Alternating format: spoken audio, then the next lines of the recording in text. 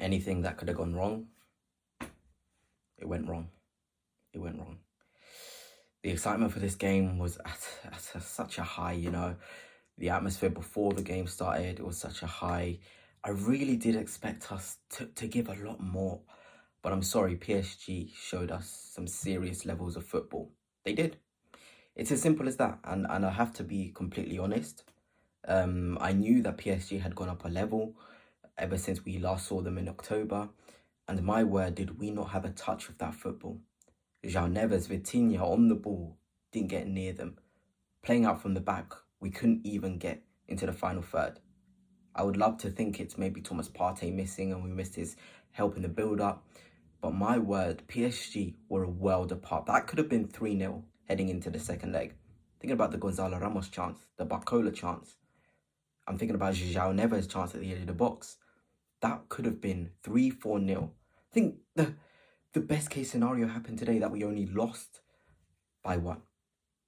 That's how poorly we played. And I should have known when Liverpool won at the Parc des Princes and they still managed to go out of the Champions League, that PSG were a serious outfit. Liverpool are the best team in the Premier League. And if the best team in the Premier League could not show and beat PSG, it shows the levels of PSG. It really does.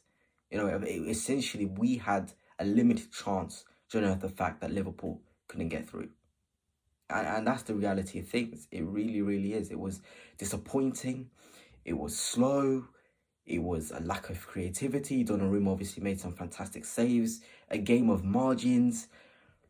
But ultimately, the guy that my word, Martin Odegaard. This is not a number 8 for me. This was a ghost. This was a ghost. And I'm not the sort of person to dig out players, but Martin Odegaard for a very long time, it's been a shambles.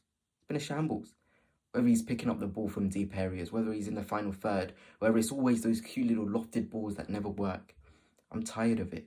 Don't know why he's on set pieces as well. We cannot function next season with Martin Odegaard in the side. He requires too many things around him for him to reach new levels. Today, I thought, okay, João Neves, Vitinha, physically, you can put yourself about. They're not the largest people. Obviously, they're still quite strong in the duels, but he lost every single 50-50. I have never seen a performance from your captain, from your midfielder, where you've lost every single 50-50. That can't happen. It simply can't happen. The bare minimum I expect from Martin Odegaard, I get he's not going to be a final third creator. I get he's not going to score me goals from midfield. I get that he can't win duels. But today he wasn't even pressing with any sort of cohesion. He was lost up there. Started feeling sorry for him. If it was up to me, I would have taken him off at half time. And Nwaneri on in the 89th minute, like this says. It was cowardly from Arteta, unfortunately. It really was. That should have happened a long time ago. It should have. And I hate to draw comparisons.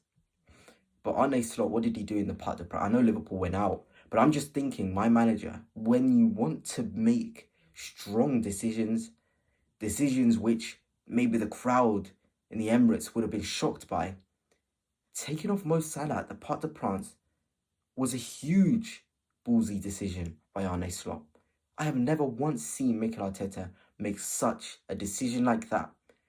At least make a decision like that. Bring Nwaneri on in the 50th minute. If it goes wrong, we'll all put our hands up. We'll all put our hands up and be like, okay, Mikel, you're right. And Nwaneri has not got the sort of ability to impact games. But in that 2-3 minutes Nwaneri was on the pitch, he showed more than our captain. And I want to say, we've got to be taking a leaf out of Arne Slot's book there. No one would have complained if Odegaard came off from the general Arsenal fan consensus. We need a real number 10 that can do something out of nothing. Martin Odegaard has hidden again. That was practically, for me, a 1 out of 10 performance. It was Saka on his own in the final third. I thought Marino was pretty good today. I thought, Rice showed glimpses. Lewis Skelly, of course, was fantastic. Timber, to be honest, was shown levels by Kvaratskhelia. But Martin Odegaard was the worst player on the pitch. The worst. And I want to talk about this as well. For a game which, we haven't been in a semi-final in the Champions League since 09. Since 09. We've been to, I think, 3 semi-finals in our history. This is the 3rd one. You get a chance at your own ground, home ground, to make some noise.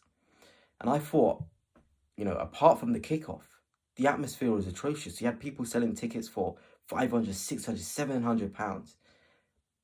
And nobody really showed the atmosphere a game of that magnitude required. It was slow, it was groaning, it wasn't good enough.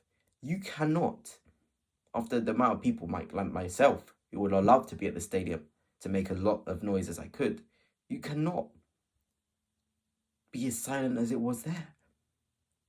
It was really, really poor.